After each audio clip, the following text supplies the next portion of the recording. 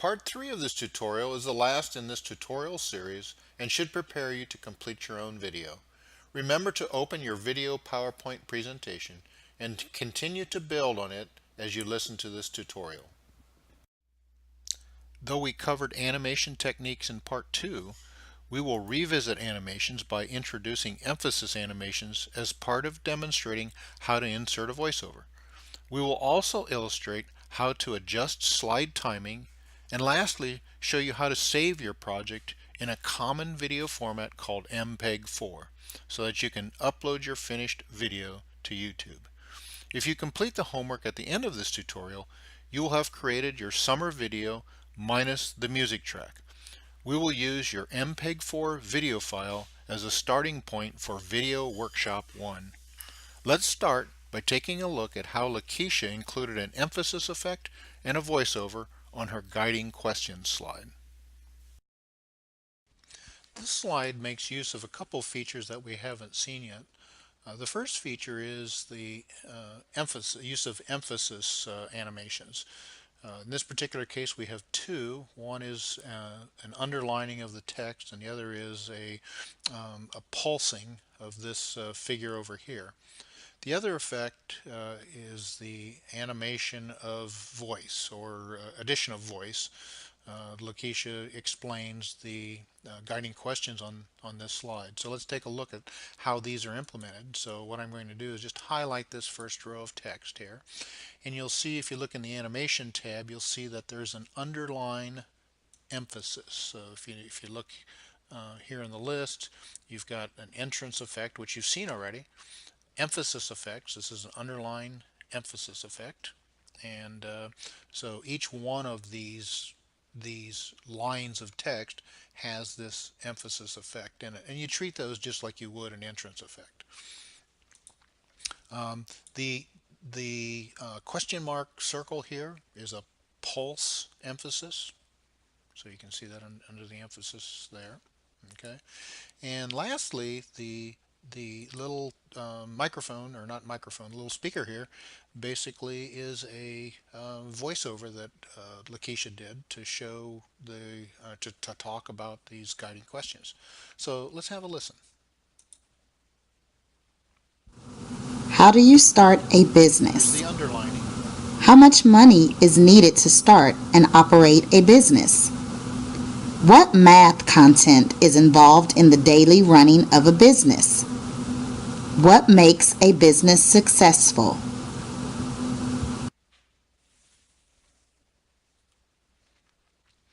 So you see that the timing of the underlining was timed with her voice. And how did she do that? Well, she did that by adjusting the timing over here. The delay time dictated when that appeared, and so she adjusted it until she got it to coincide with her voice. So that's a little bit more difficult to do, but it's very effective in that as she spoke, the underlining occurred. On the next slide, we're going to talk about how to add a voiceover so that we can explain how to do that.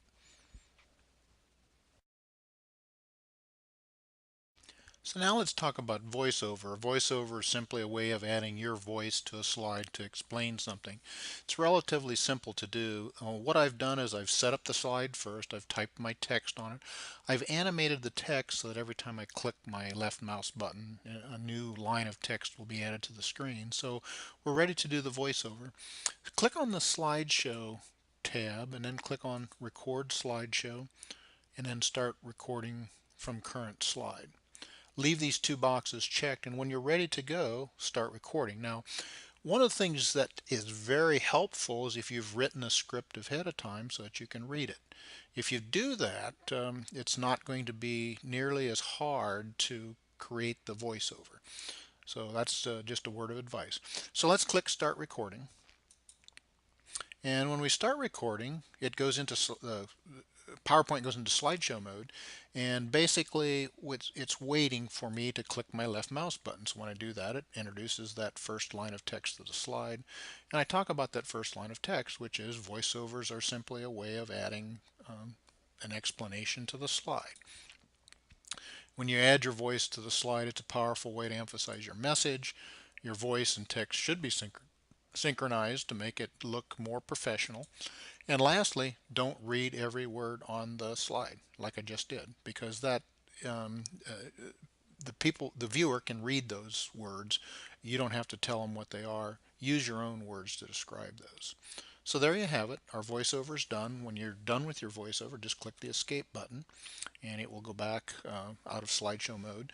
And notice now in the lower right hand corner you have this thing that looks like a speaker, and that's your voiceover. Now you can actually format that voiceover. You've also got it here in your animation pane. You can do some formatting with it. In this particular case, what we're looking for, you could start it on click or automatically. So what we want is the automatic. And if you wanted it to play across multiple slides, you could, and so on. You can adjust the volume, etc. So give it a try. Build one of your own slides. Maybe you want to build a guiding questions slide. Try a voiceover with your guiding questions. Good luck.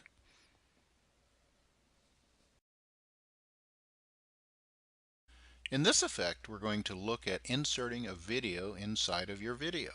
To do that, you're going to have to grab a digital camera and video your students, yourself, could be a testimonial, student work, what have you. So, you'll need a digital camera to do that. Once you've recorded the video, one of the ways to get that video into your slide or onto your slide is go to the Insert tab and click on Video on my PC, and then you'd browse to wherever it is you stored your video and then upload it onto your slide. I'll assume you know how to get the video onto your PC, so we won't cover that here. The next thing you want to do is do some formatting. In this particular case, Lakeisha has chosen an oval call out here, but the way you format that is by selecting it, clicking on Format, and then go to Video Shape, and you can pick any number of video shapes here. Lakeisha happened to use this oval call out here for hers. Another thing you'll want to look at is the transition. There's a curtains transition at the beginning of this slide. You also want to look at the playback options. Select automatically so it starts when the slide starts. You might do some trimming at the beginning or end of your video. You can do fade ins, fade outs, and so on. The fade ins basically allow the video to start more soft. It kind of gradually brings it up, and then the fade out is the same. It fades out softly. So let's take a look. Let's see what this video looks like. There's the curtains transition. The unit was a hit. The students really enjoyed the idea of creating their own company. They scored higher on the post-test than they did on the pre-test, so there was definitely student growth, which is ultimately the goal. That is a very powerful way to get across the message about your unit. So don't be afraid to get on camera, get your students on camera to help tell your story. The last topic we're going to cover is slide transition timing. In this particular case, slide transition timing has to do with how long a slide dwells on the screen. You want to control that so that your user has or viewer has enough time to read what's on the slide or absorb at least the material that you're presenting. The way you control it, click on the Transitions tab and adjust the time over here to the right. Make sure the after box is checked. Now, if you put 7 here, what that means is that it'll advance after 7 seconds. Well, that's not entirely true because you've applied some animation to your slide. It'll take into account the animation time as well as this time to determine when that slide advances. So if you need the slide to dwell longer, you'll want to increase this time. If you want it to dwell for a shorter period of time, you'll want to reduce that time. You also want to check to make sure on the slideshow tab that use timings is checked. This will force it to take into account those times that you've adjusted. So there you are. Make sure that you play with this. If you're not satisfied with the length of time that a slide dwells, you can adjust the timing. Once you've created your PowerPoint video, you're ready to save it as an MPEG-4 file. MPEG-4 is a common video format. So to do that, click on File, Save As, click Browse, and browse to the folder you want to save it in. Change the Save As type from PowerPoint Presentation to MPEG-4 video, and then go ahead and click Save. When it starts saving, you'll see a note at the bottom of the screen here.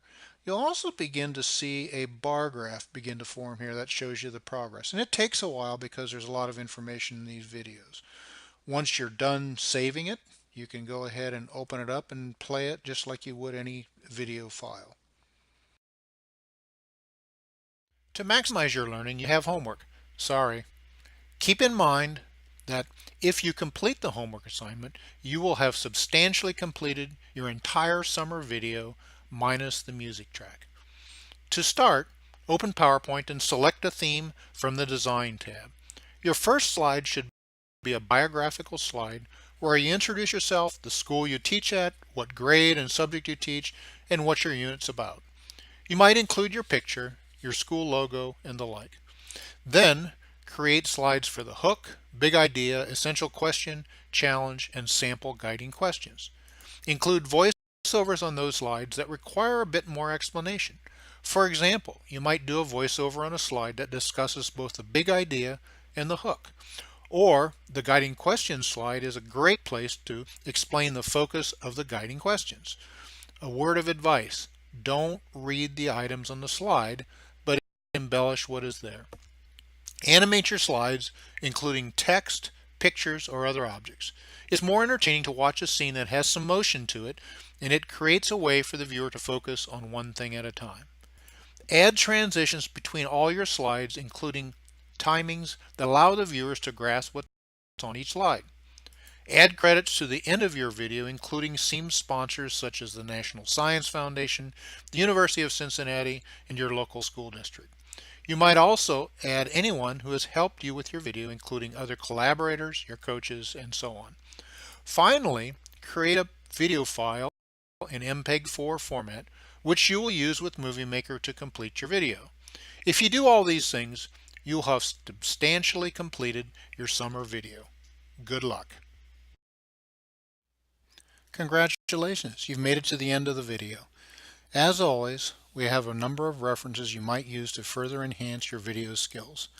Animations and Transitions is a great video to enhance your animation skills as well as your ability to create meaningful transitions between slides.